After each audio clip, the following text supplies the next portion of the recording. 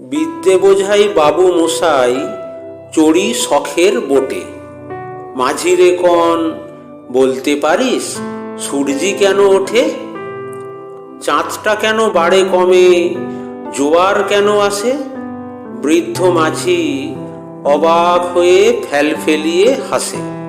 বাবু বলেন, সারা জনম মরলি রে তুই খাটি, জ্ঞান বিনা তোর জীবনটা যে চারি আনাই মাটি। খানিক বাদে কহেন বাবু, বলতো দেখি ভেবে, নদীর ধারা কেমনে আসে পাহাড় হতে নেবে? বলতো কেন লবণ পোড়া সাগর ভরা পানি? মাঝি সে কয়, আরে মশাই অত কি আর জানি? বাবু বলেন, এই বয়সে জানিস নেও তা কি? জীবনটা তোর নেহাত খেলো অষ্ট আনাই ফাঁকি।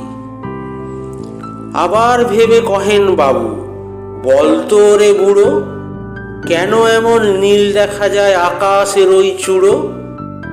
বলতো দেখি সূর্য চাঁদে গ্রহণ লাগে কেন? বৃদ্ধ বলে, আমায় কেন লজ্জা দিচ্ছেন হেন? বাবু বলেন, বলবো কি আর বলবো তোরে কিতা, দেখছি এখন জীবনটা তোর 12 আনাই বৃথা। খানিক বাদে ঝড় উঠেছে, ঢেউ উঠেছে ফুলে। বাবু দেখেন নৌকোখানি ডুবলো বুঝি দুলে।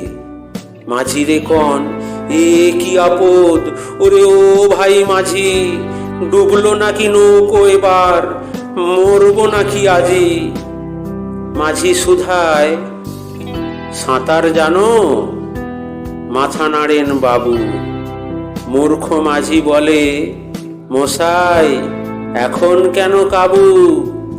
বাঁচলে শেষে আমার কথা হিসেব করো পিছে, তোমার দেখি জীবনখানা 16 আনাই মিছে।